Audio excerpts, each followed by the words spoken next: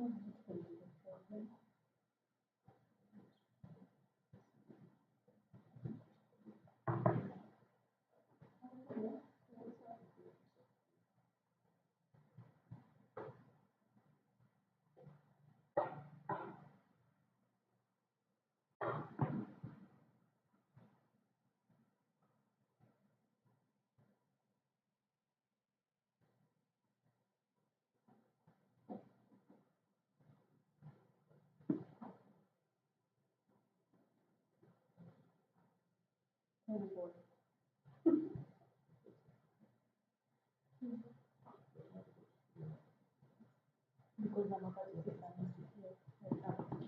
can promote.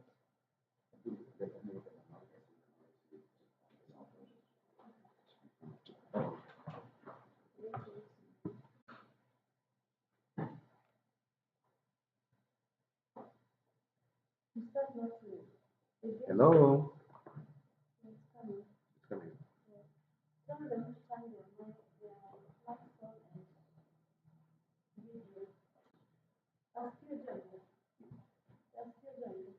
Oh, actually, the panelist is only Brother Anthony, Brother Andrew, Bishop Charles. Sister Anna again has left.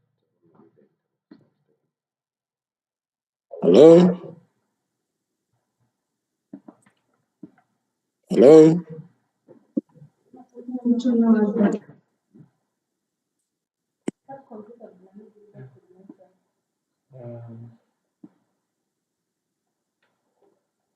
What I will do, I can mute this one. The only thing is now the time being until Father logs in. Because I was thinking, Father logs in, and the Lord will process the same anyways, the same account.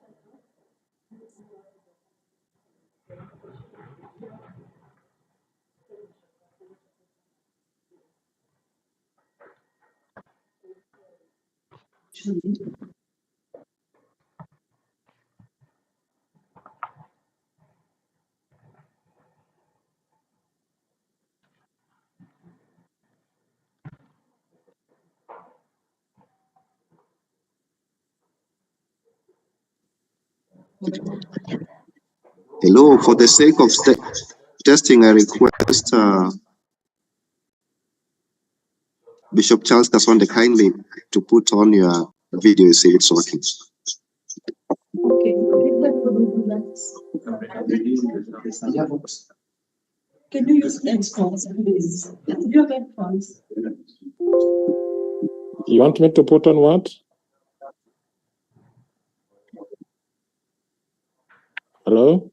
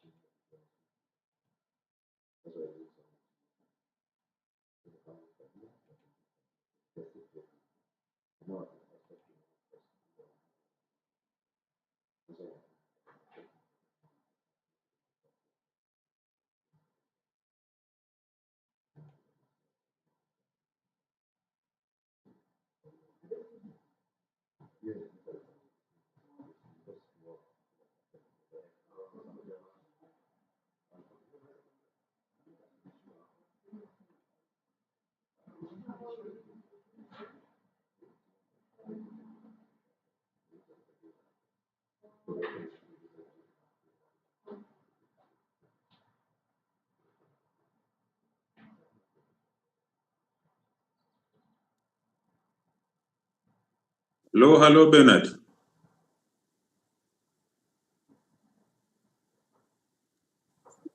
Hello, Father Anthony. Okay, I can hear you well. Bishop Kasonde was asking what you asked. Did you want him to do something? Yes, I was requesting if we can test our microphone and our video. So if you can put your video on and your microphone so that we are sure we are good to go.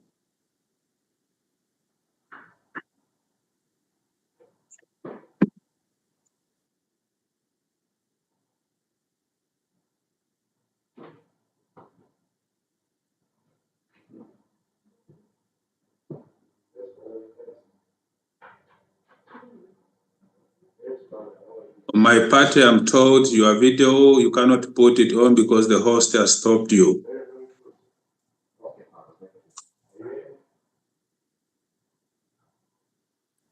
Okay, Father.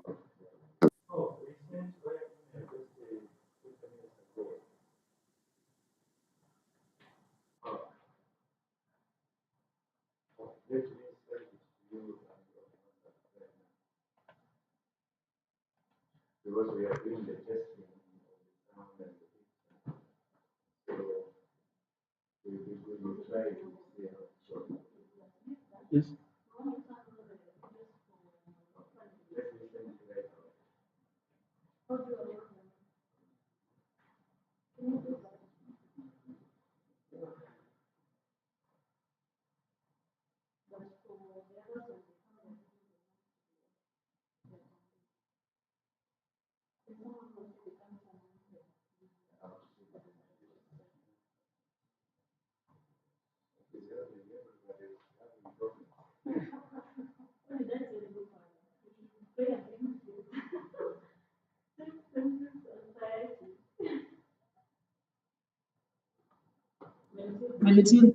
Hello, Father Anthony. Can you try to turn your video on again?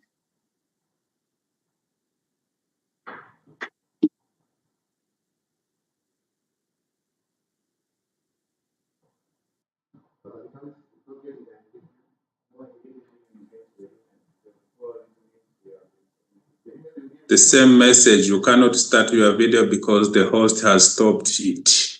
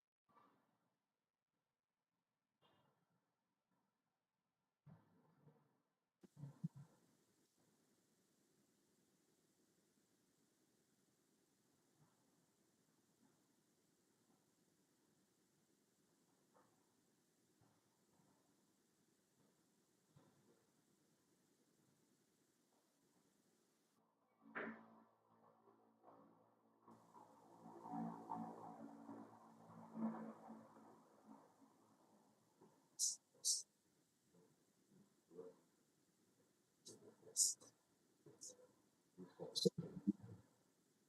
is the screening for many again during the survey.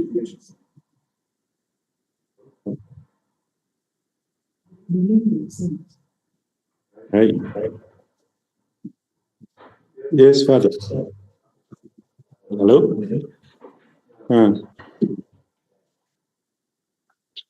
Uh-huh.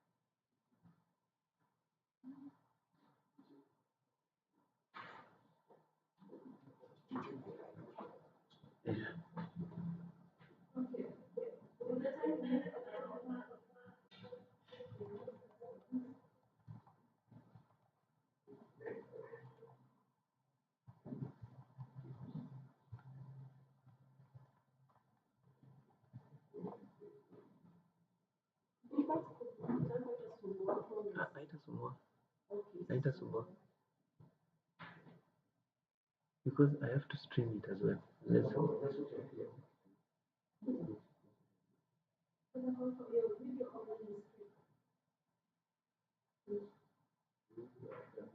Recording in progress. Good afternoon. Good afternoon. Testing, testing. Good afternoon. I can hear you very well. Yeah, Father, can you hear me well? Theo, is the sound okay? Hello, Father. It is Ah, perfect. thank you.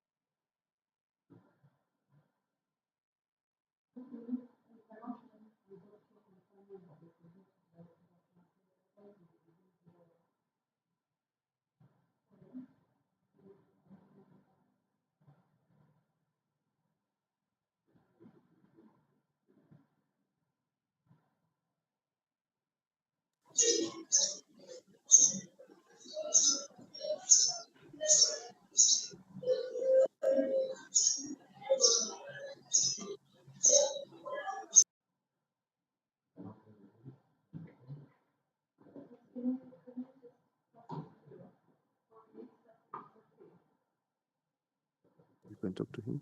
Just Hello, Tito. Steve, you can hear me? Yes, I can hear you very well. I can hear you well. Yes, I can hear you. Can you hear me? Yeah, I can hear you now. Confirm if the designation is okay now. Not really. I may have to exit and come back. You may have to. Exit and come back so that you can designate me. Sometimes this happens if you join and the setting was not done before. Okay, just leave and then join so that we Yes, can please. start. Sure. Leave and then join. You can alert me on WhatsApp. Yes.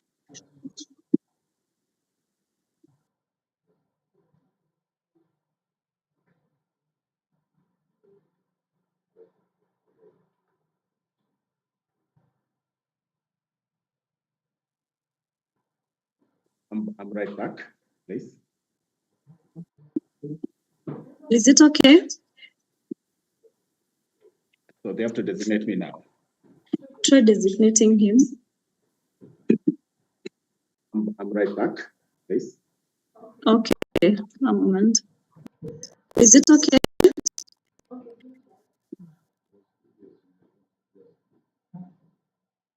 No, it's not playing yet. Yeah.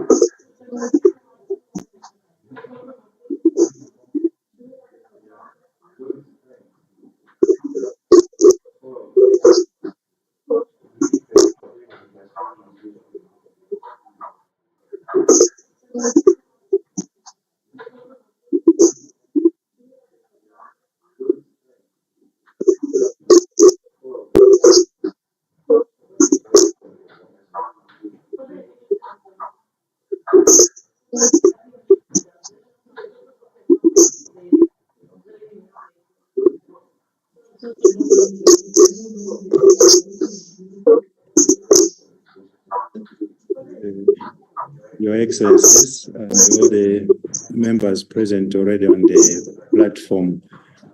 We are having one technical issue with the translator for English French. So we will be blocking you out temporarily so that we restart the system. So just be patient with us. We are having one technical issue with the translator for English French. So we will be blocking you out temporarily so we can.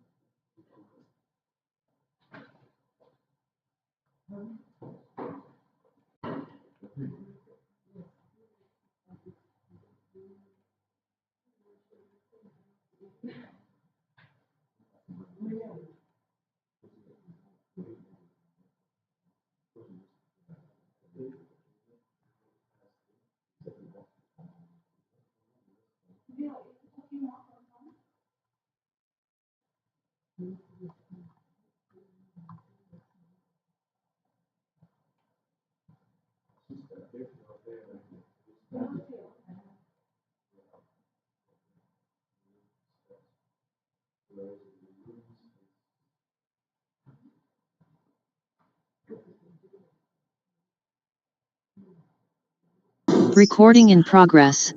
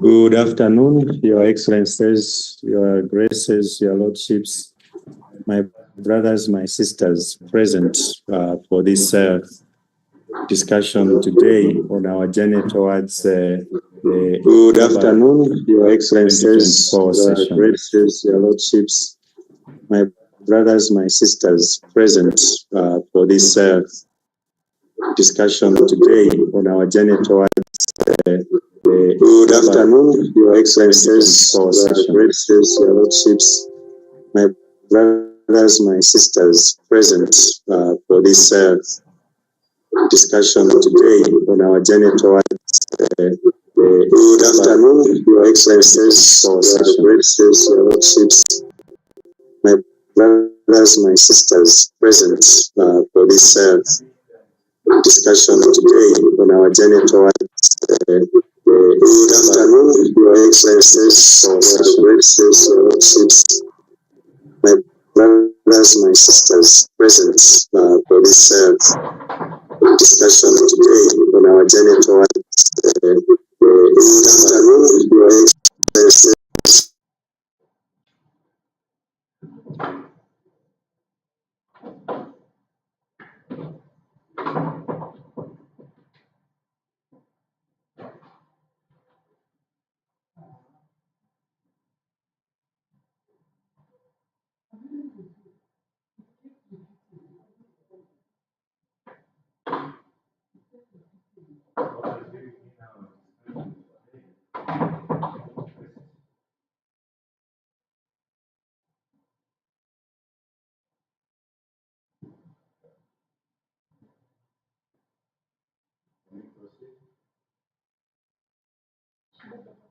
As we discuss this topic, one interesting is what must be the steps that we got to take in order to become a synodal church in mission here in Africa. And I'm very grateful for your ability to be here with us. I apologize for the hiccups that we have delayed this meeting. It is my hope that you will be able to proceed without further hiccups. In our plan, we will start with a prayer, and the prayer, we will then start our discussion. We have an interpreter among us who will be translating from English to French for those who need who are comfortable with French. So I welcome all of you to this discussion. It is coming at the right time when more information has also come from Rome regarding this journey that we are discussing here. It is my hope that now that the press briefing in Rome is over, Father Jacob will be able to join us because he was also on the panel. May I therefore ask the sister to lead us in the prayer for the synod to start our discussion.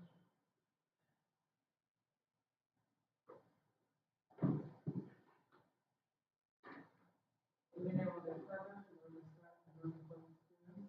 Amen. We stand before you, Holy Spirit, as we gather together in the name, with you alone to guide us. Make yourself at home in our hearts. Teach us the way we must go and how we are to pursue it. We are weak and sinful. Do not let us promote disorder. Do not let ignorance lead us down the wrong path, nor partiality influence our actions.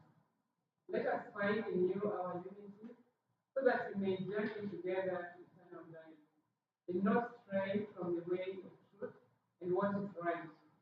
All this we ask of you, who are at work in every place and time, in the communion of the Father and the Son, forever and ever. Amen. In the name of the Father, and of the Son, and of the Holy Spirit. Amen. Thank you very much, Sister Jacinta, for the prayer. As I already said at the beginning, expressing my gratitude, I also want to express gratitude to all the partners in the organization of this webinar today. Sarah is working together with the Association of the Sisters of Africa, and also the Pan-African Committee for Communications Status, and the hosts of this webinar today, who are the African Synodal Initiative, ASI. Thank you very much. I was saying that this webinar has been organized by Sarah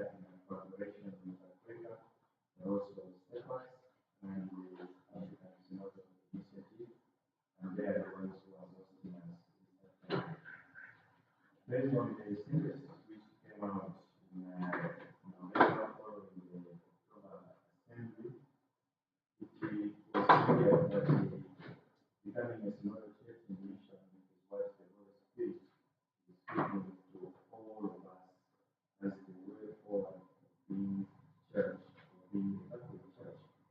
And in this journey for sure, Africa cannot stay behind. What it is important to understand exactly what is happening between now and the October 2024 assembly, being more pertinent for people is the question of how to find the practical ways of making this dream of a synodal church in Africa a reality, and making this synod different from the other synods of bishops, where after discussions maybe we don't hear much. This one is touching on how to be as church. So it's about our life as church from now onwards. So objective is basically to make a contextual reflection on how to experience on this journey, look at the thematic themes during this synodal journey, and then to deliberate on how to promote this understanding of being a missionary synodal church. We will not dwell very much on particular issues, but there are some that are more pertinent, and those are what we will try to touch in our discussion today. In our discussion today, we hope that Archbishop Marco was to join us, but also Brother Giacomo, who is the special secretary for the 16th General Ordinary Synod of Bishops, who will also join us. We have just finished the press briefing of Sarah from Rome a few minutes ago.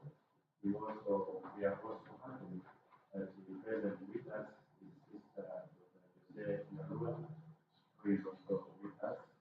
And then we also have Travis Melu, who is the Secretary General for the Regional Episcopal Conference for Western Africa, ECOWAS, who is also present with us.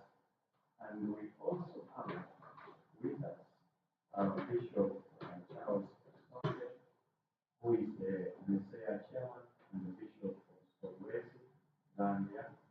And Messiah being the host of this post, we are very grateful that the Chairman is here with us. And together with him is Brother Anthony Makunde, who is the Secretary General for Messiah. I take this opportunity once again to welcome each and every one of you. To start our discussion, I would like not to take for granted that everybody has read the synthesized document which came out in November following this assembly of October 2023. So I would like to ask Father Anthony Makunde to give us a brief of what is in this summarized document that we are talking about. Father Anthony.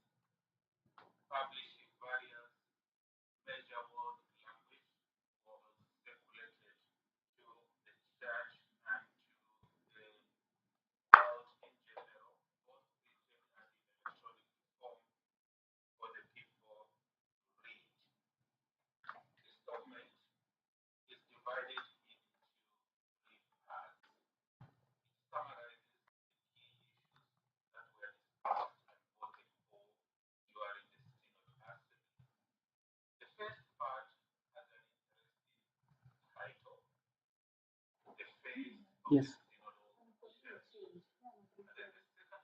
Nani ana present?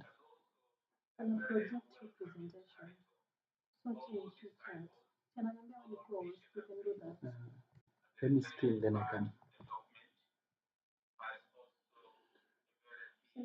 Yeah. Recording in Communities. progress. The format of the document is more or less the same.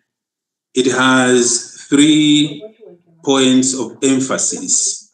The first point is areas of convergences, whereby after the discussion of the synod delegates, giving their views, listening to each other, coming together for the common understanding, the areas that were noted as convergences, they are put together in numbers.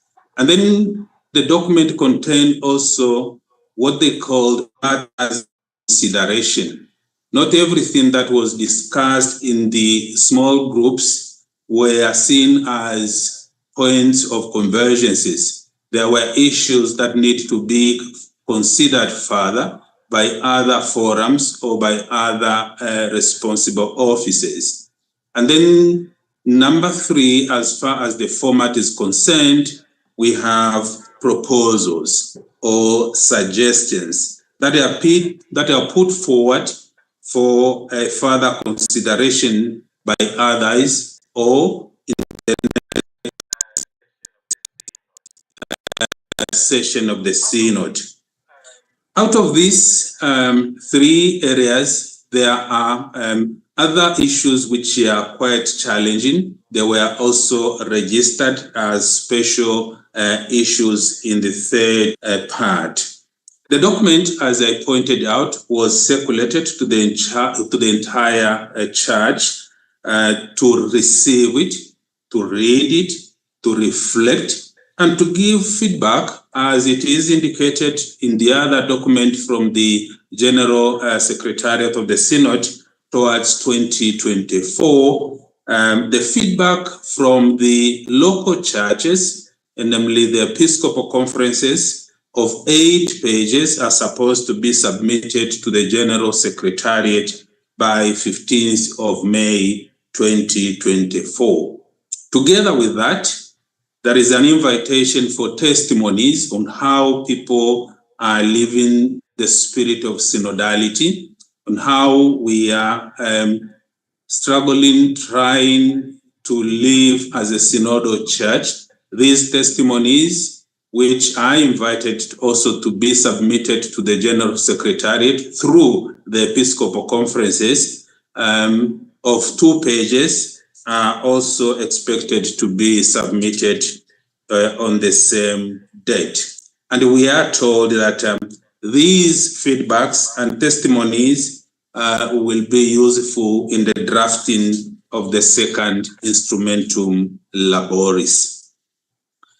Let us pass in a very quick way on the 3 parts of the document, not to exhaust, but just to pinpoint some issues, not by priority, but just to give us a general picture. The face of the Synodal Church. What is it telling us? What is it presenting? This first part of the synthesis presents, so to say, the characteristic features of a Synodal Church, the external manifestations of a Synodal Church, the distinctive features, the outward look of a Synodal Church.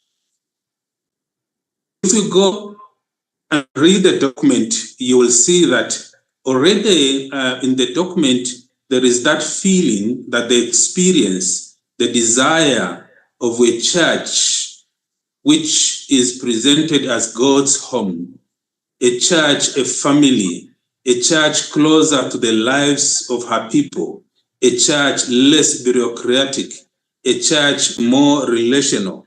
This is the Synodal Church which everybody is dreaming for. This is the Synodal Church which everybody is praying for. This is the Synodal Church which we have started to work that journey. A church that acknowledges our common dignity based on our common baptism. A church that acknowledges our common responsibility. By the sacrament of confirmation, we are strengthened and become soldiers of faith, of the gospel. So we have a common responsibility that flows from the sacraments of initiation. That's a Synodal Church. And when we say the face of the church, we look at that kind of a church that is sensitive to those in need and committed to address the root causes of poverty and injustices. A church that is poor, a church that is with the poor, the church that works for the poor. So says the first part of the document. We are dreaming for a church that accommodates the cultural differences, that sees our cultural differences not as a threat, but as a gift. Our languages, our different traditions, our different ways of living, different ways of expressing our liturgy, and so forth and so forth. These differences are gifts and not threats to being a church. And a church that is committed to a Christian unity, aware that the sister churches and also the other Catholic tradition, particularly the Eastern tradition, we all look for unity. Part 2, the second part, reminds us of who we are. The title is very interesting. All disciples, all missionaries. This new self-understanding, if I can call it like that, a move from that view of looking at the church which has a mission to the church is mission itself. It is coming up slowly, and it was sounding loudly in the Synod Hall. So all those who are initiated, all those who are baptized, all those who make part of the church, the laity, religious, and the clergy, share that mission. And it is realized in their different charisms and vocations. But you are aware that the charisms are many, and also we have various vocations. The need to harmonize, the need to look at the relationship between different charisms and ministries was also pointed out in the Synod document, calling all of us to our responsibility that we are disciples and we are missionaries. This section brings us to the point of acknowledging that the lay people have gone a little bit beyond what used to be their traditional role of sanctifying the temporal goods. Nowadays, we know and we have seen lay people working in various areas of the church and taking other responsibilities than what used to be a traditional responsibility. Apart from the roles of the catechist, famous in the African church, we have seen also lay people taking the responsibilities of parish associates, parish administrators, etc., etc. So these roles need to be defined because they play also a key role in being a synodal church. The synodal church looks also on the possibility of new ministries. There are quite a number of needs within our local churches, and a reference was made to the preparations, accompaniment of married people. We might look at a possibility of new ministries as the church continue to reflect on herself. The role of women as being a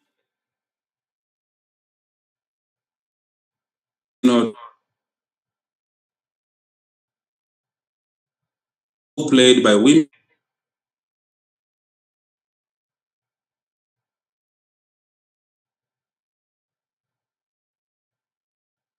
use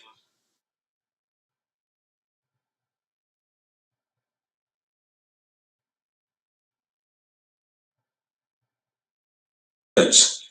As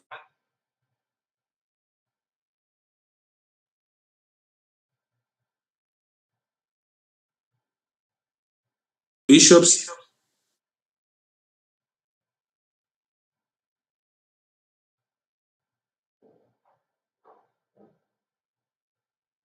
the document is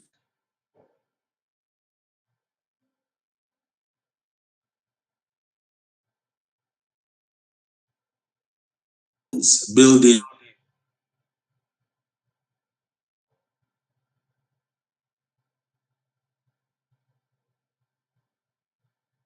We are building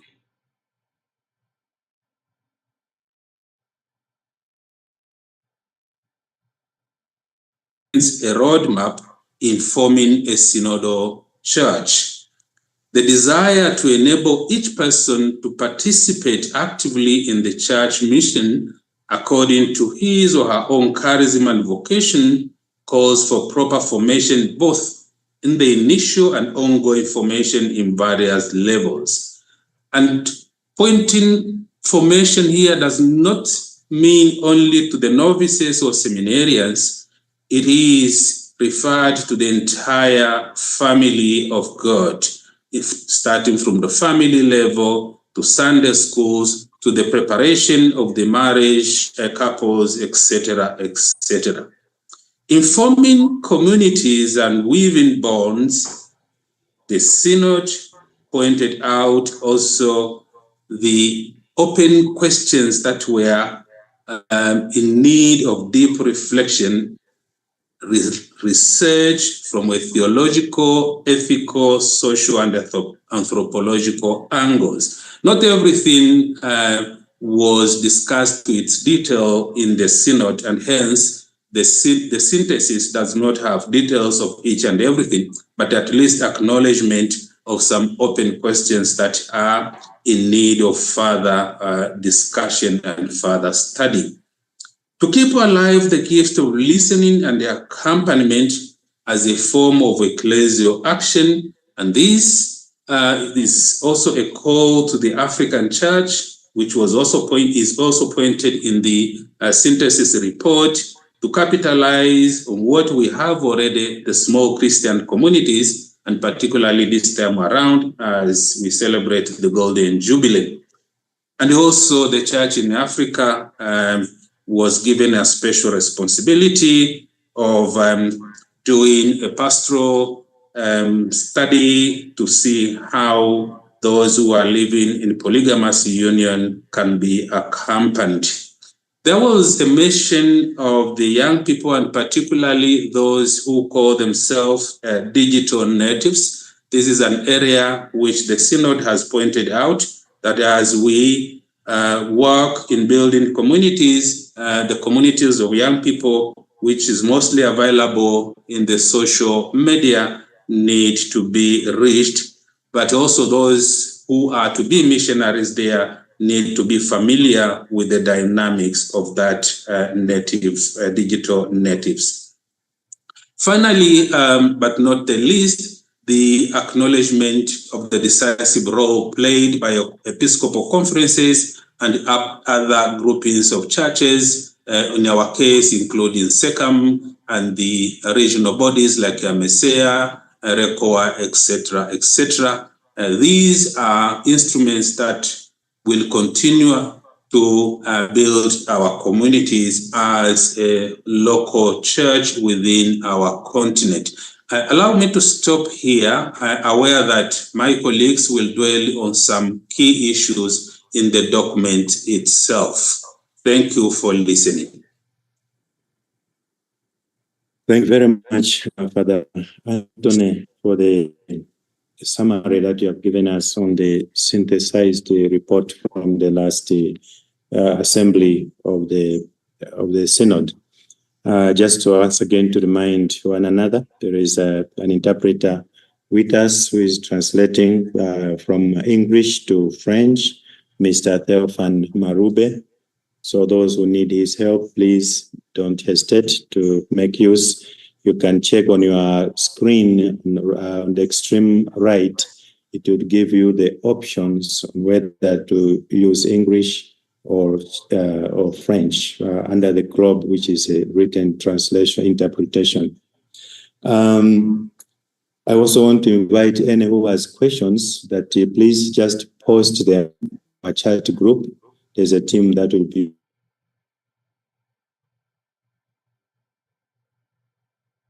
some of the issues that Father Anthony has raised in his summary, questions that were also being discussed during the press briefing today. For those who are not aware, today Pope Francis has just released that we are making to October. And again, he has emphasized that the key question should be how to be a synodal church in mission. So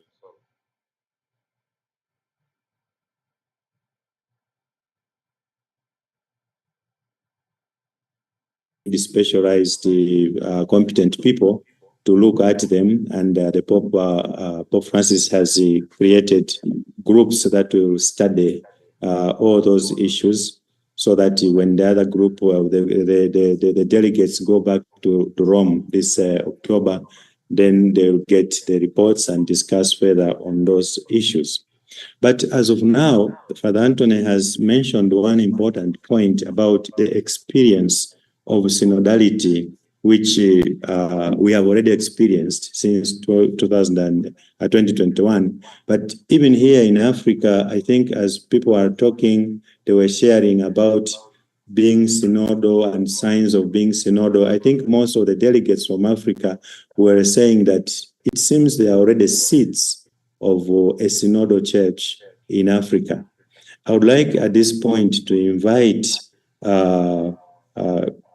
Bishop Charles Kasonde of Solwezi Diocese, who is also the chairman of MESEA, just to share with us how he looks at a synodal church from our African perspective, from our Eastern Africa perspective.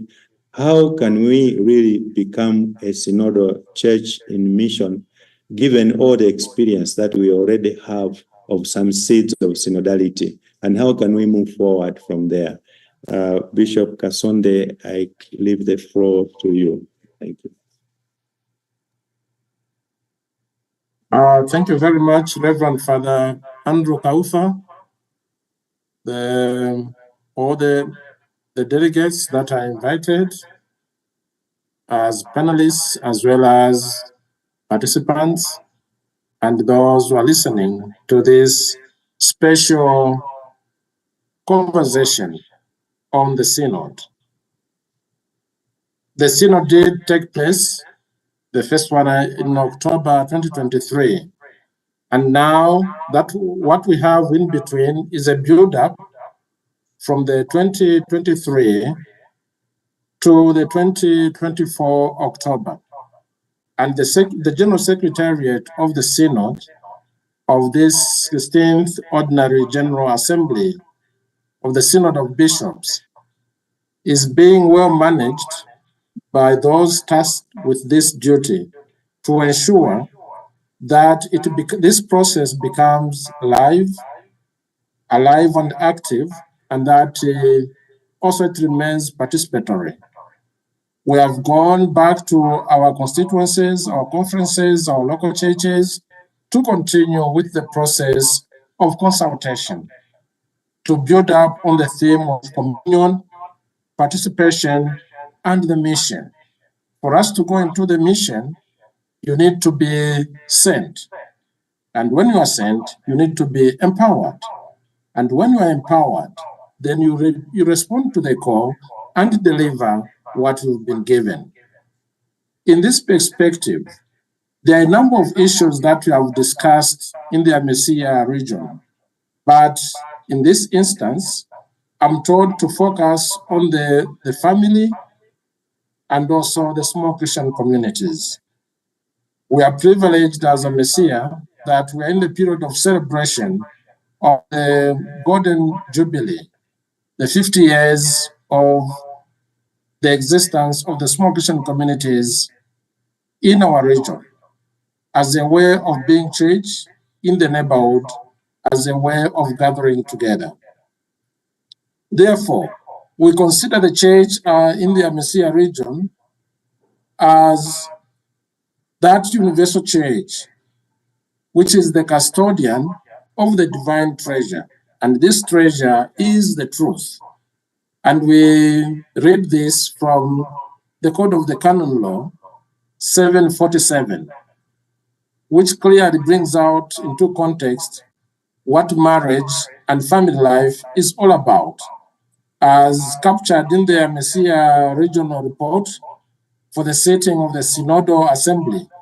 The Church in the Amesia region recognizes the importance of marriage, as we read in Genesis chapter 2, verse 24, and the Gospel according to Matthew chapter 19, verses 4 to 6, and the family in Ephesians chapter 5, verses 21 to 29. So the family is a sacrament.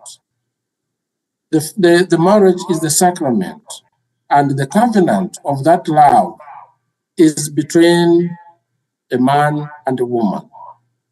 And also this is reflected clearly in the compendium of the social doctrine of the church, number 219. The family is a vital cell and the future of the church and society. And Africamunus brings it clearly on number 42, and the Ecclesia in Africa on number 50. I'm bringing out the basis of the importance of the family in the understanding of the church and how different epochs of times have dealt with the issue that is very cardinal to our point of reference. Therefore, according to the plan of God, a family is significant. It is a significant mission to fulfill in the church and society, which is in the fourfold tasks, namely the formation of the community of persons, service that is life-oriented, and the participation in the development of the society, and the sharing in the life and mission of the church. And this is what we read in Familiaris Consortium, number 17. So in accordance with the African significance of marriage and family life, the Amesia Church is dedicated to safeguarding, advocating for, nurturing, providing pastoral support for this fundamental and foundational institution. And Here below are the key points that underscore this commitment. The first one is the identity and the belonging. In the biblical narrative, families serve as the primary unit of identity and belonging, reflecting God's covenantal relationship with his people. This we read in Genesis chapter 12, verse 1 to 3. Similarly, African cultures emphasize the importance of familial bonds in shaping individual and collective identity. Second, domestic church. So the family is often referred to as a domestic church where faith is nurtured and lived out in daily life. This concept, affirmed by various magisterial documents such as Pope St. John Paul II's Apostolic Exhortation, Familiaris Consortio, emphasizes the importance of family as the locus of the spiritual formation and worship. This is in Numbers 17. Deuteronomy in chapter 6, verse 7 instructs parents to teach their children about God's commandments, underscoring the role of families in nurturing faith and spiritual growth. Education and upbringing. The parents are recognized as the primary educators of their children in matters of faith and morals. This we read about in the Catechism of the Catholic Church, Numbers 1653.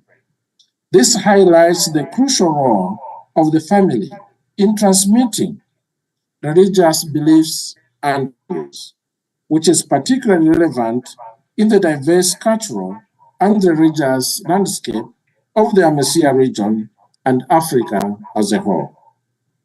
Emphasizing the importance of training children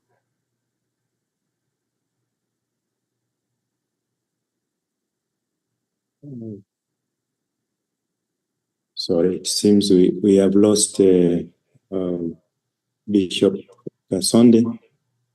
He might have network issues, but from what you have gathered in his presentation, he has emphasized very much as on the family as already a seed of being synodal in our African context, and is explaining how the family connects with our faith and how the family becomes a miniature church, so to say.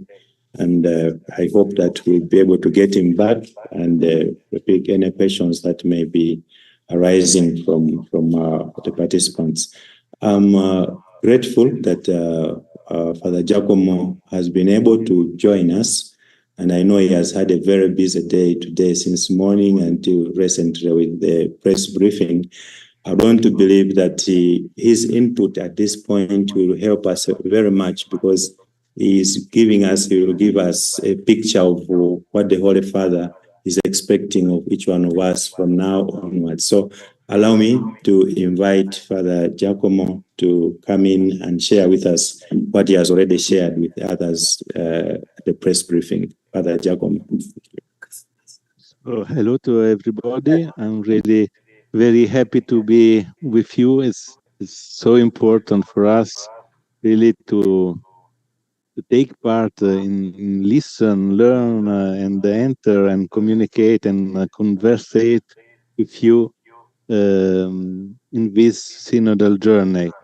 I was hearing about this importance of family. I think that African churches has already given an important contribution to the synod about that. I don't know if you remember the continental phase document was speaking about enlarging the space of the tent, and hearing the importance instead of the image of a family, the reality of a family in Africa, really the imaginary, the perspective has changed, and also the Universal Synod, I think that this image of living as a family, as a church family of God, oriented a lot and helped also other continents to focus in what is important. So each one is contributing, and each one's contribution is very, very important. So now I don't know if you have seen that we have just introduced the steps which has been done for the synod, for the passing from the first session of the assembly to the second session, and even the further steps. And I hope that many of you have read this document towards October 24, in which there were just outlined three main axes in which the synodal journey is going on. The first one is I would say, the essential one is keep on living synodal life and experiences in dioceses, in local churches. So no document for the Pope can make nothing if you don't really live and discover the beauty of entering this perspective of listening together to the spirit of the spirit, to what God is suggesting us, and trying to discern it and making steps to announce the gospel for the mission. So the first line is really to keep on living those who have already experienced also conversation in the spirit and in ordinary life of the diocese, or the one who didn't yet. The assembly encouraged, says, churches, please try to experience this way of living together, to not that you are not already living something, but to go into, to deepen this way of being together church. So this is the first axe, and so formation groups, the way of our councils, how do we live our councils, how the mission orientates. We think that each baptized takes responsibility, and the pastors can really lead the discernment for announcing the gospel. So this is the first line. There is a second line, which is going towards the instrumentum laboris and the assembly. And this is the question in how to be a synodal church. This is the question. And if you, of course, you are giving your contribution as dioceses in the reflections, and it's very important. And if, of course, it's not a widespread consultation with a lot of time, but I think that the main councils and the main organs of a diocese can give their answer. But at the same time, the secretariat is having some theological and canonical groups in order to make also some work to arrive together, which will dialogue with what is arriving from the dioceses, and in order to make a lively instrumentum laboris able to make steps forward in this question, which has five under questions. It is the one being synodal church, the question of synodality, of participation and leadership, of unity in variety at the diocesan level, at a group, at bishop conference or regional groups level, and in the dynamics between local churches and the ministry of the Pope. So these three levels are quite complex, already have many questions in it, and has to be deepened, how the culture can be respected by to be a one only Catholic Church. And also there are two transversal issues, which is the method, this spiritual and institutional dynamic dimension, and the question of the place, where, what does it mean, the local church, especially now in which we have migrations, so people is moving from one part of and the other. So many of also Oriental churches arrive in Western countries, and also migrants come from one church and leave their roots. So what does it mean today to live as a local church, and also with digital connections, which makes this reflection on the place essential. So this will be some theological deepening toward the assembly of October 24. And there are some groups of theologians and canonists which will go into depth and dialogue with what will come out from the dioceses, the diocesan work. Of course, in this journey, also the fruit of the meeting, of parish priests for the synod, which will be held here in Rome with parish priests from all over the world, is very important because we think parish priests have something concrete to contribute, and sometimes they were not so present, have difficulties in taking part in the synod. So it's important to underline this role of parish priest. So, second axis is the deepening of the question of synodality, unity in diversity, of participation and authority at the different level. And then there is one thing which is quite new for the church, but it's quite interesting. It is that the Pope listen to the assembly, to the people of God, and to the discernment of the pastor, and said, there are some issues coming out from the discussion which cannot all be faced in the assembly of October. Already there are many things I've said which will be in October. So it's impossible, physically impossible, to deal with all the questions. And also this question need a particular theological and canonical deepening. And so he said, I don't wait till the end of the synod. I ask already that some issues are given to study groups, and so we can make steps forwards and arrive to decision. And so these 10 groups will work till June 25 and make a contribution on these issues. I can read them quickly, but they must be really deepened. Are some aspects of relationship between Eastern Catholic churches and Latin churches. There is how the church listened to the cry of the poor, how we can improve this, which was so difficult during the first consulting phase. And the mission in the digital environment, with another big questions and would deserve a whole synod. And then the revision of the ratio fundamentalis institutionis sacerdotalis.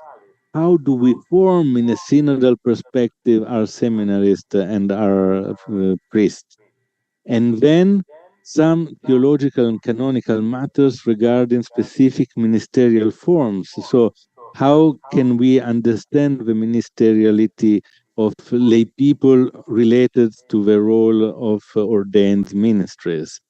And then some other question about the person and ministry of a bishop, about the criteria for selecting candidates to episcopacy.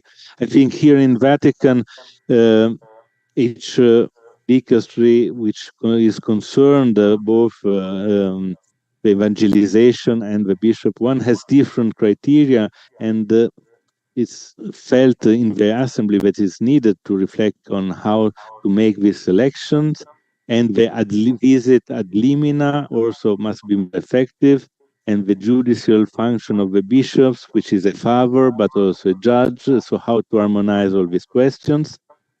And then also the role of nuncios in a synodal missionary perspective, listening to everybody, listening more to bishop conferences. And then the criteria for discernment of controversial doctrinal, pastoral, and ethical issues. It was clear in recent history that it's really needed to go all together It's not Rome saying things, not others saying things. We have to the way to go together, to walk together in facing new or difficult ethical issues from a doctrinal and pastoral point of view. So this is another big workshop which has to be done. And the last one is the reception of the fruit of ecumenical journey in ecclesial practices, especially thinking at mixed Christian families and how to help them more and to valorize these mixed families. So these 10 issues are given to some study groups, which will be coordinated by the Vatican dicasteries, which are called to work together.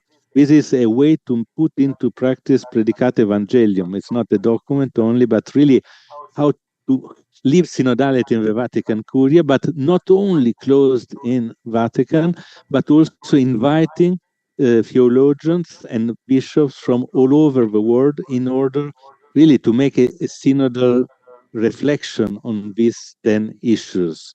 What the popes repeat, and even this morning we were together with our Cardinal Grech and Cardinal Hollerich at the popes, and he said, these are important issues I've heard coming out from the discernment of the bishops and listening to the people of God, but it's not issues. It's really important that we learn to face them in a synodal way, in a listening to everybody and trying not to have a majority against a minority, but have listening together the voice of the Spirit. So he's really stressing a lot on how we can learn in the church not to make fights, not to make contrapositions, but we can listen to each other in order to make steps, not to block everything, but to make concrete steps. So this, you see, another important way to have results of a synod, fruits of a synod, which are many, but of course, taking all the time to make a process is really a big issue, not to do everything here in Rome or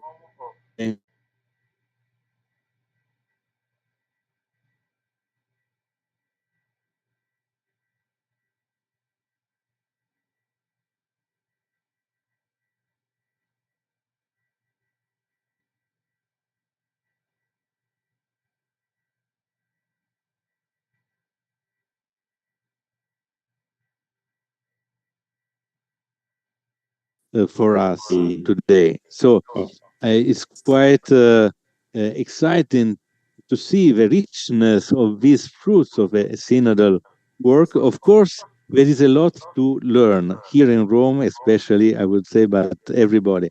But I think it's an interesting way to see that the synod is not just an event and then a document by the Pope, an exhortation, but he says, I'm not writing now the exhortation, but I ask you to work together in order to give me a deeper advice on these issues and to keep on focusing on the theme of synodality in October, because this is the issue of the synodality. How can we be a synodal church in mission today? So this is it. I'm also here also to listen to you and to enter in dialogue, but I leave the word to Father Andrew, which surely will lead us well in this being together in this moment. Thank you very much, Father Giacomo. I think your input has come at the right time. I hope you still have some time with us because there might be some questions for you towards the end. Time is going against us as usual when we are doing these webinars, but we have two inputs which we cannot miss. And one is we have listened to men throughout, but we have Sister Galula who is here with us. I would be happy that briefly she can share with us. Sister, you are here, you are a woman, you are a woman theologian, you are a religious. When you hear about becoming a synodal church in mission. When you hear about recognizing charisms of all the people of God as and then everybody participating, what do you think what else do we do so that we really become a synodal, and it's not only a dream, but it's a reality for us in Africa? I'm asking you again as a woman theologian, but also a religious sister. Yes, thank you for inviting me. I am very happy to be sharing, journeying together at the moment about our dreams of Synodal Church. As religious, I have heard before our meeting on Rome in October 2023, I have heard both joyful experiences of religious inside the church and painful experiences. In October in Rome, I heard also many villagers talking about more painful experiences with bishops than joyful. Last week, I was in Nairobi with a meeting with theologians, and again, I heard about painful experiences between religious and bishops in Africa and elsewhere. It means that the relationship between religious congregation, mostly women, religious congregations, and the hierarchy in the church is a great topic for synodality. Why is it a great topic for synodality? Because synodality is journeying together as a church in mission. Religious congregations were founded and accepted in the church for the mission.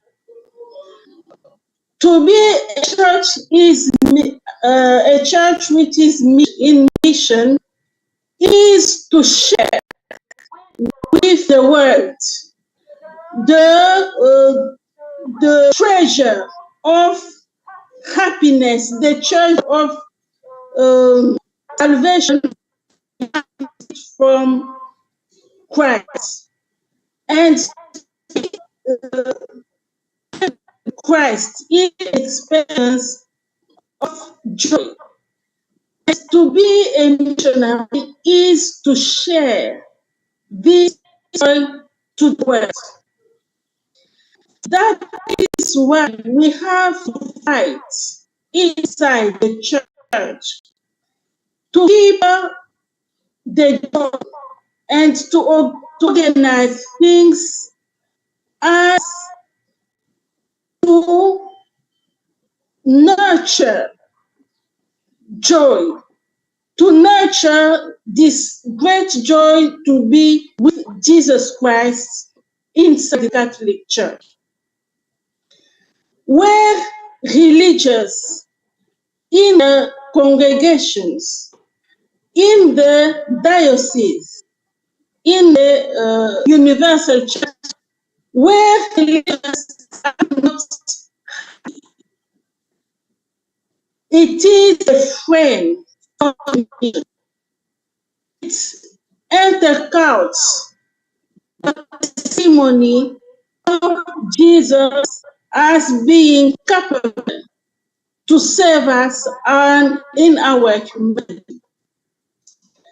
That is why this topic of relationships between bishops and congregation, mainly women congregation, we have to take it seriously because the challenge is the mission of the church, the testimony of a church of Jesus Christ being capable to make people happy in their humanity.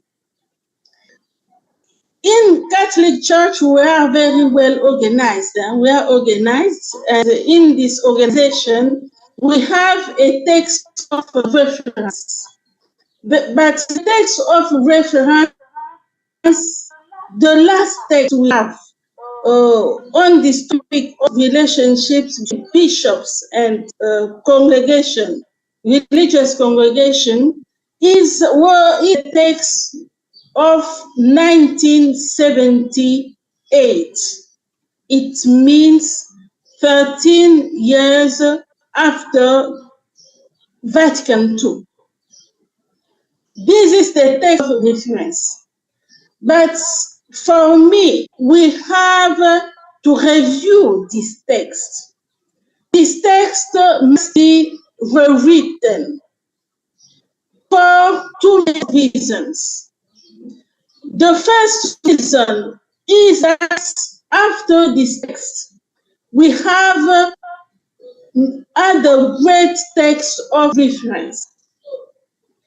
For example, we have Vitam Strata. We have the canon law of 1983. We have Mulieris Dignitatis on the dignity of women. We have this great text that theologically give us the reference on the complementary of hierarchical aspect of the church and charismatic aspect of the church. And we have the recent motu proprio that valorize women in the church. So those great texts have to be integrated in the in this reflection between the bishops and the the second reason why we must review this text and complete it, enrich it, is the current challenges. The current challenges coming from experience. Firstly, the experience of joy, because there are joy, there is joy. We have in some places in Africa and in other continents good collaboration between bishops and religious life, mainly where the bishops are themselves coming from religious life. So those bishops are sensitive to the charismatic aspect of the church, and they encourage and they help the congregations in their diocese to valorize the charism of the congregation. So we have joyful experiences that are light to follow, and those joyful experiences we have to capitalize them and integrate them in the revision of the text of 1978. We have to integrate joyful aspects, joyful experiences. We have also painful experiences of relationships between bishops and religious life. We have the painful experience of abuse of power. Abuse of power, where we have bishops who believe that they are kings in their diocese. They are pastors and are behaving as these great men, these great kings, all have religious life. So they interfere in the life of the congregations, mainly women congregations, as kings. They have to say something, people have to obey to them without reflecting, without discussing. That is a painful experience of abuse of power, of clericalism. So we have to take this painful experience in account and integrate it in the reflection on the relationships. We have also the painful experience of abuse of labor. By abuse of labor, I mean the situations where bishops employ religious, mainly women, in the diocese without paying them. Religious life, women religious will live from the fruit of our labor. But when a religious is not paid, this congregation, it will have bad impact in the congregation. And religious congregations that have not enough means to live are exposed to abuse. So this question of abuse of labor of religious is a main topic, a great topic to take in account. And the last painful experience is sexual abuse of nuns by bishops. It also exists. And here it's both abuse of power and also this anthropological setting in our world today, where a woman is seen as an object of pleasure. So we have some bishops where their personal anthropology is not evangelized, and they use the power to use religious as tools, as objects of pleasure, of amusement. So, so to summarize, I say for me, this text of 1920 has to be used in order to help the relationships between bishops and congregations, mainly congregation women, to be to have synodal relationships in mission. Thank you. Thank you very much, Sister. I wish we had more time, but time is against us. Father Vitalis, I'll give you a difficult challenge. If you would come in, you are a priest. Father Giacomo has spoken about the important role of the priests in the process of synodality and the people embracing synodality. And during the discussions of synodality, just as Sister has mentioned the other issues, I think there have been a number of also mentions and many discussions about the role of the priest in helping or not helping the process of synodality. What would you say, you as a priest?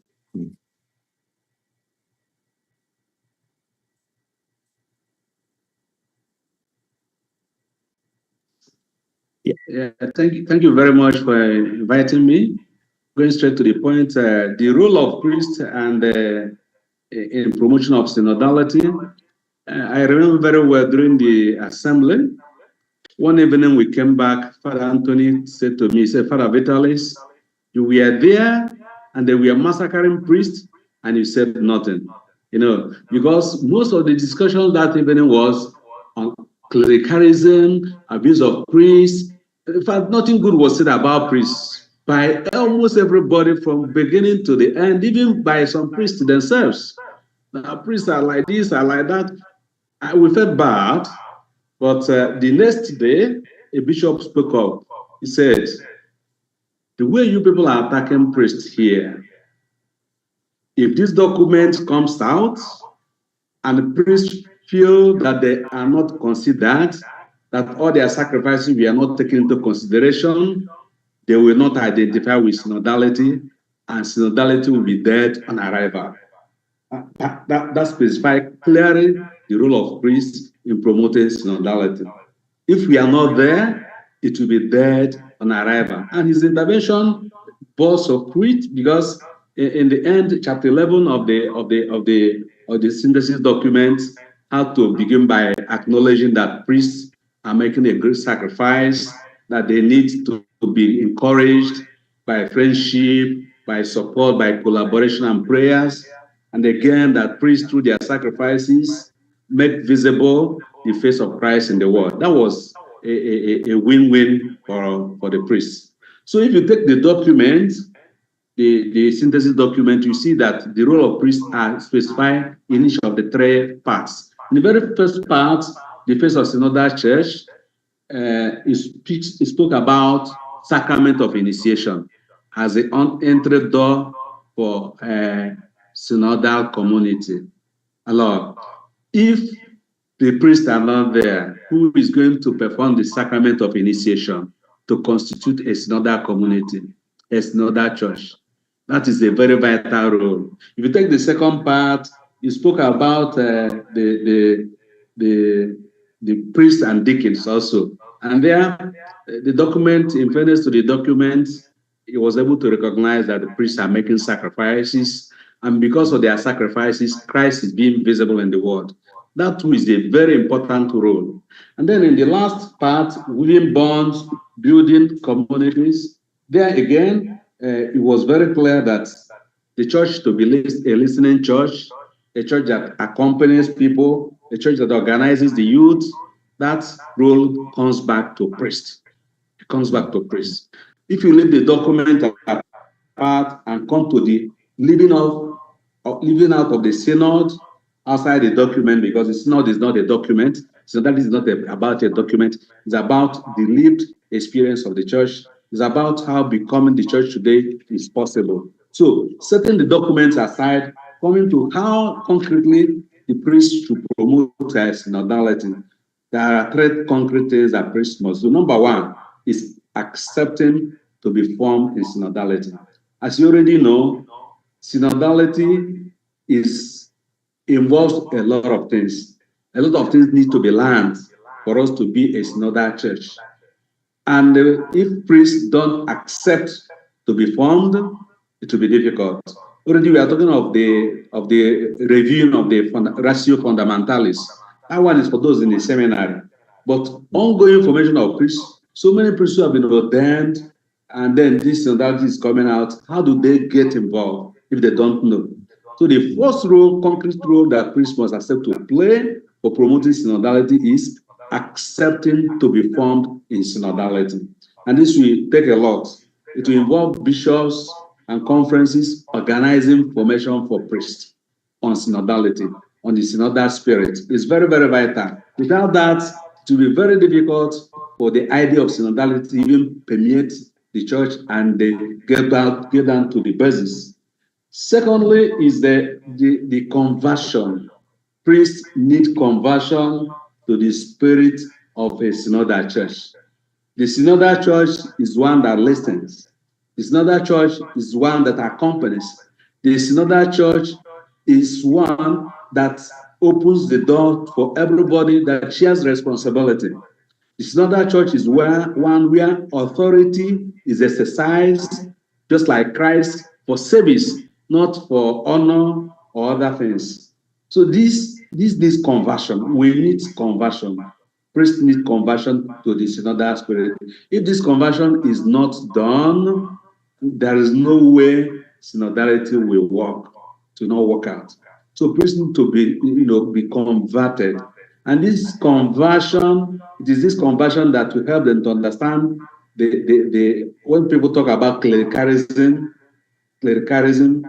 without conversion, we will still be clerical. Very much. We need to accept that things have changed. Synodality talks about accountability. Most priests are accountable for sure, but there are others who are not.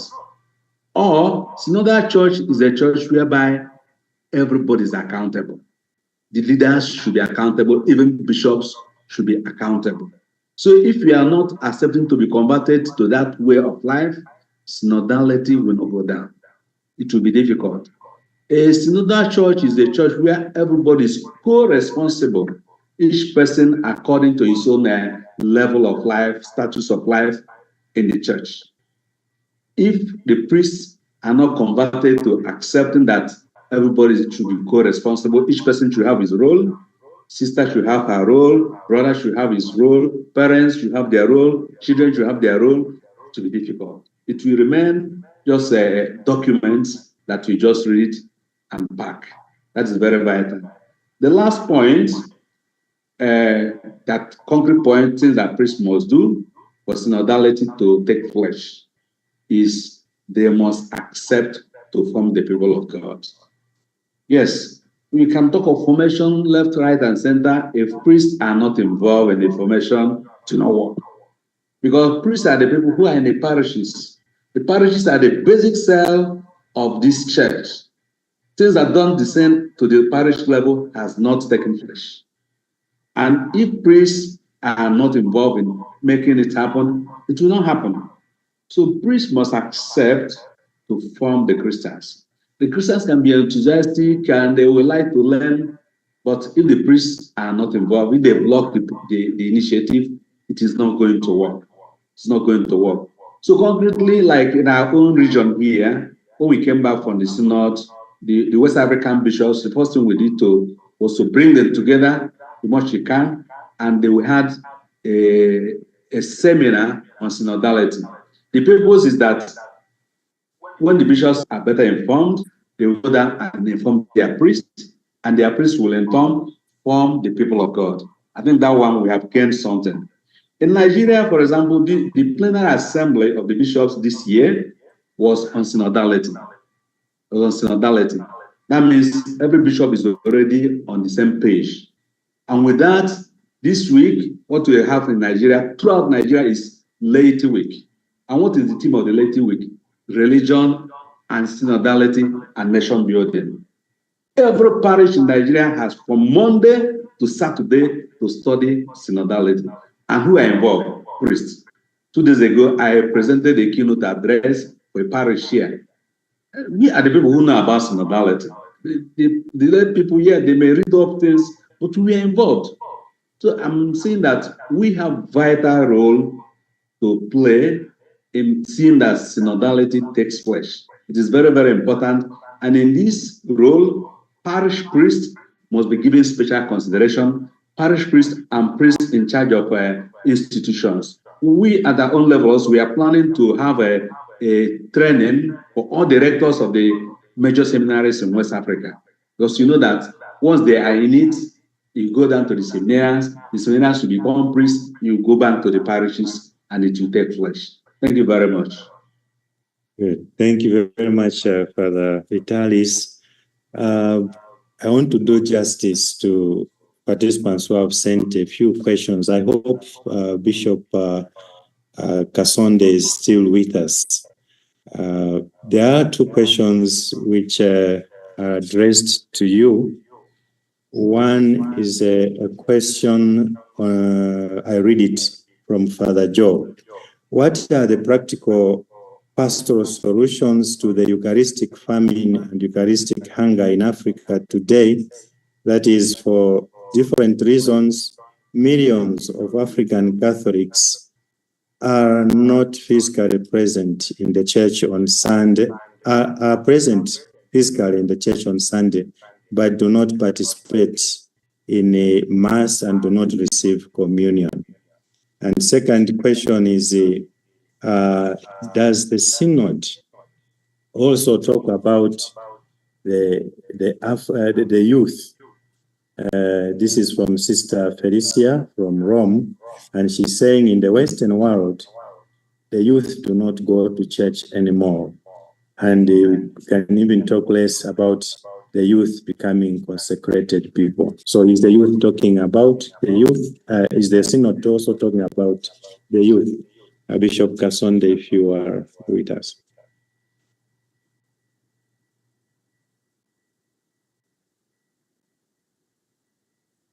Oh, yes, left. Oh. In that case, Father Anthony, you have the responsibility to respond on behalf of your boss.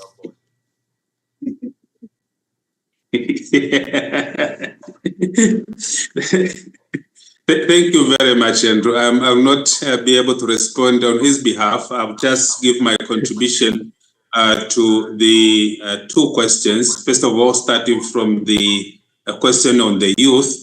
The issue of involving the youth was very much discussed in the Synod, and there are quite a number of articles within the synthesis report which points out directly to the youth. On the formation point of view, the youth are capitalized. I did mention, and also Father Giacomo had mentioned, the question of digital natives. That was specifically referred to the youth. And in the Synod Hall, it were the youth who raised the issue themselves. The different ministries that have been mentioned, and also the recommendations or the proposals to establish the church to see how they can establish other ministries was also targeted at involving the youth in the wider perspective. So true, the youth have been addressed, and they were not only addressed but involved in the synodal discussion from the very beginning during the consultative period and also in the synod itself. And that will be ongoing, as Father Giacomo had elaborated to us. I can see Bishop Kasonde is online. I wonder if he heard the question on the Eucharist and the churches, because he's in and off because of network. I did hear it. I did get the question from Father Joe. That is a question, I think, that we did also make a contribution to in our report as AMESIA. Some of it could be attributed to the polygamous marriages. You know, our African system, there are some tribes where polygamy is considered to be a value in their way of living. But that does not agree with our Catholic doctrine and our way of being church. So those who are involved in polygamous marriages, they are automatically sidelined. The others are those who are in the marriages where the partners have separated and one of them goes and picks on another woman or another man. And from that perspective, they are bad. But the one who is innocent, who has not engaged in any marriage, has remained, they continue to commune. But it is those that go out that receive that sentence and they are separated from the Eucharist. So those are the issues that we are dealing with. And much more the issue of polygamy. This is another issue that we said, how do we deal with it? Because whether we like it or not, it is a reality that here in Africa, some of the tribes consider that, whilst others do not consider it. So we would want to find a way of resolving such issues and heighten our discussion, accelerate them so that we see the way forward in those matters. But these are matters that we cannot do in isolation as Africans. They are to be taken to the universal church. And I think this contribution is also in part of the document and our report at the synod, where there will be time to look at polygamy in Africa and in other parts of the world where it is practiced, just to discuss together as one family of God. And maybe we may find a way of dealing with it, or we may not. We may maintain the stance as we have it. That we do not know. But as far as the church is concerned, those who are in such state of life do not come to commune. And those who have separated and have engaged themselves in other unions, that is called irregular, and they cannot be admitted. Then we have, of course, those who hunger on the Eucharist, but the issue is the lack of commitment. Because if they are indeed they are committed, they would go to their local church and ask for the procedure of how to be readmitted or admitted to receiving the Eucharist. So those are issues that are there. They are alive and active in our pastoral ministry, and they need our attention. So it is ongoing. We cannot find an easy answer until everything is ably dealt with. As for the youth, Thank you very much. Yeah, as for the youth, Father Anton has ably addressed that indeed this synod is in a way very inclusive. And the levels of discussions leading into the synod from last year and also precipitated by this period that builds up into the October 2024, the second segment, the issue of the youth has been discussed and it is ongoing. And some of the youth are representatives at the synod. So that's why I'm saying it is unique, because in most cases we've seen a synod that would be much more a synod for bishops, and it is exclusive in nature. But this one is more inclusive. So the youth are there, the laity are there, meaning men and women are there, the religious men and women are there, the priests are there, and now the bishops also there. Then, as mentioned already, the parish priests have already been picked in our countries, our episcopal conferences, and they will be traveling to Rome. And they will be given an opportunity to voice out, to also put things into context. So the issue is being addressed ably, and we hope for the better. Thank you very much. Thank you very much, Bishop Kasonde, for your input. I have only one last question, if not two, and then we close our discussion for today. And these questions go to Father Giacomo. The first question from Father Nicholas Segeja is, how you mentioned about canonical and the theological reflections on the issues that are emerging.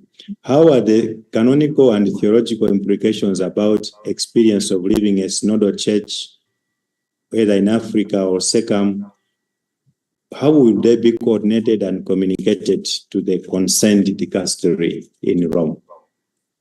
And the second one is, in line with the ratio fundamentalis, will it continue to be applied in the way in the houses of formation, or are there some of the adaptations that can be made according to the area, spirituality, etc., so that it can continue to be the model, but open to the local realities in the church?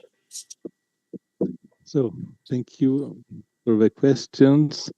I think the first one depends on the topic. You know that we are eagerly waiting for your indication about the main core questions of synodality for mid-May, and will second collect all these reflections, theological, canonical experiences, and send them to us, which will help to make the instrumentum laboris for the second session. But for the other issues, I think that it will be the dicasteries, as it was asking about dicasteries, which will be set up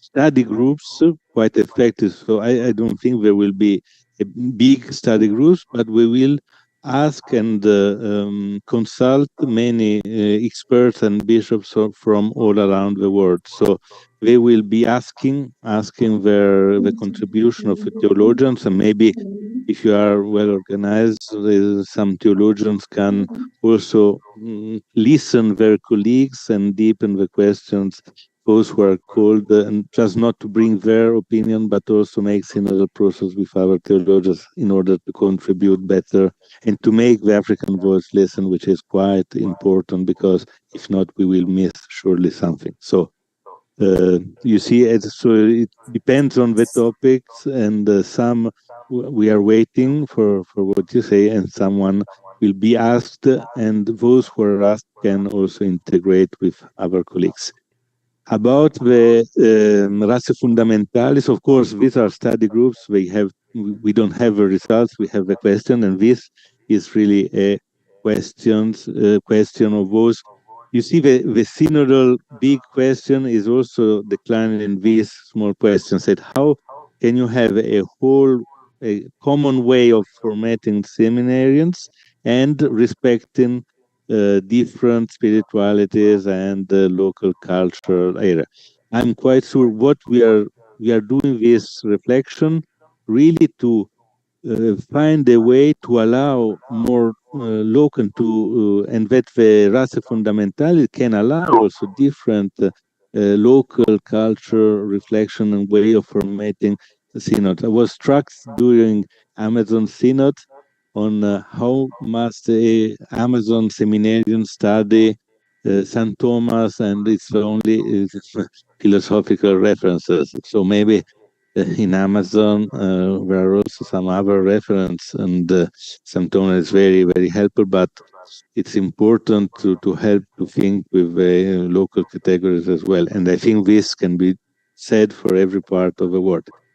On the other side, we have to have a common formation and guidelines. So this is really one of the questions which will be faced, one of the more important in this group of on Ratio Fundamentalis. It's true that it has done recently, but it's true also that both the Synod on Youth and the Synod stressed a lot the formation of all the church and seminarian formation as a major topics of reflection. And so we have to form people for a synodal church, form priests able to be the pastors of a synodal church, to take the leadership responsibilities in a synodal way and listen and make processes with the whole people of God of which they are part. I've seen also a question about religious life. This is another study group, because there is mutual relaciones, which is really outdated, and there has been an essay of re-updating it, but it didn't end to a conclusion. So the Pope wants really that again we listen the experience, not the theories of Vatican Church, but we listen to everybody in order to have a new document which can orientate not only which is an important topic, relationship between religious life and bishops, but also bishops and lay aggregation and ecclesial movements, and these are questions which it's important that all together we can try to find new ways to be each one valorized with his own spirituality and charism, but also go together in local church and to announce together the gospel, and not religious by themselves doing their things, and the diocese is another one. So it's quite also an example of another big issues which came out from listening to the people of God, and which has to be studied, and this commission will work till June 2025 in order to help rethink these relationships. Thank you very much, Father Giacomo. I know questions are still coming. I see a hand from Thomas. I also see a question from Sister Veronica, but time does not allow us to continue the discussion. So allow me to take this opportunity to thank each and everyone who has participated in this discussion, to thank all the panelists here present and even those who have failed to join us. It has been a wonderful moment. It has been a long time since we had this discussion. And I think this actually becomes another beginning for us to organize more webinars so that we continue the discussion until we reach October 2024, guided by the instructions which the Holy Father has just released today. So a big thank you to each one of you. May I ask Sister Jacinta, our catechist for today, to pray for us, and then he will invite Bishop Kasonde to bless us. Thank you.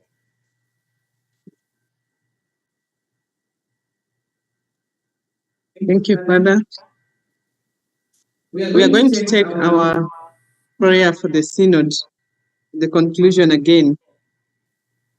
In the name of the Father, and of the Son, and of the Holy Spirit. Amen. We stand before you, Holy Spirit, as we gather together in your name, with you alone to guide us. Make yourself at home in our hearts. Teach us the way we must go and how we are to pursue it. We are weak and sinful. Do not let us promote disorder. Do not let ignorance lead us down the wrong path, nor partiality influence our actions. Let us find in you our unity, so that we may journey together to eternal life, and not stray from the way of truth and what is right. All this we ask of you, who are at work in every place and time, in the communion of the Father and the Son, forever and ever. Amen. The Lord be with you. And with your spirit. May the Almighty God bless you, the Father, the Son, and the Holy Spirit. Remain in peace of Christ. Thank you very much. Thank you. Thank you. Thank you. Nice to be with you. Thank you very, very much. Thank you, Asante Sana. Thank you, Giacomo. Thank you, Your Lordship. Thank you, Father Giacomo. Jacobo, thank you. To all of you, to all of you. Well done.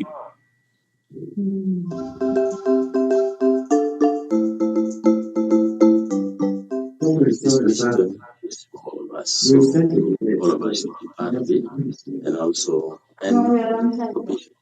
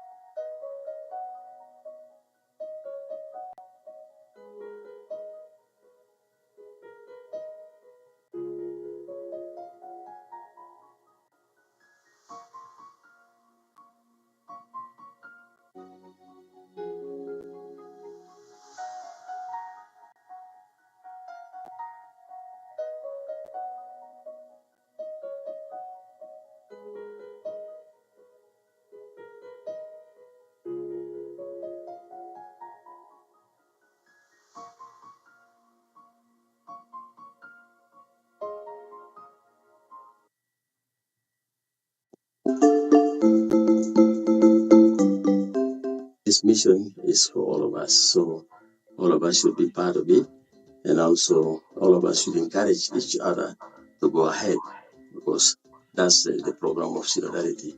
But sometimes we think that it's over. No, it's not yet over, and it will never be over, because that's the message, the divine commission of the Lord.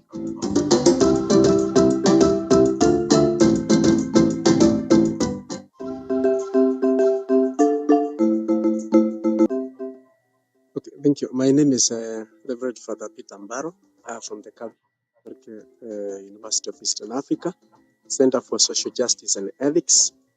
And I would like to state that the synod is still on for us to continue building a synodal church.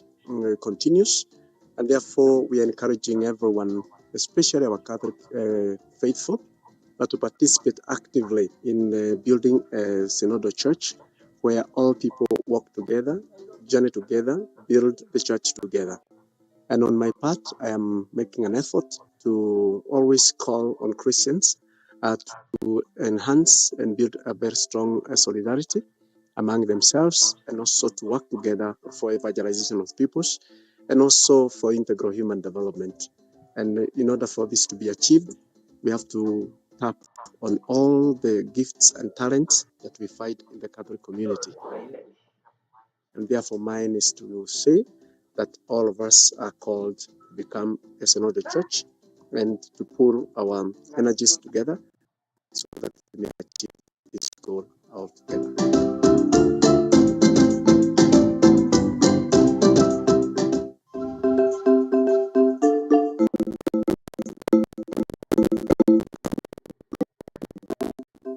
Hi, I'm Bishop Emmanuel Bernardino Lowy from the Catholic Diocese of Tori, South Sudan. We would like to thank God for the good time, and every time He gives us something.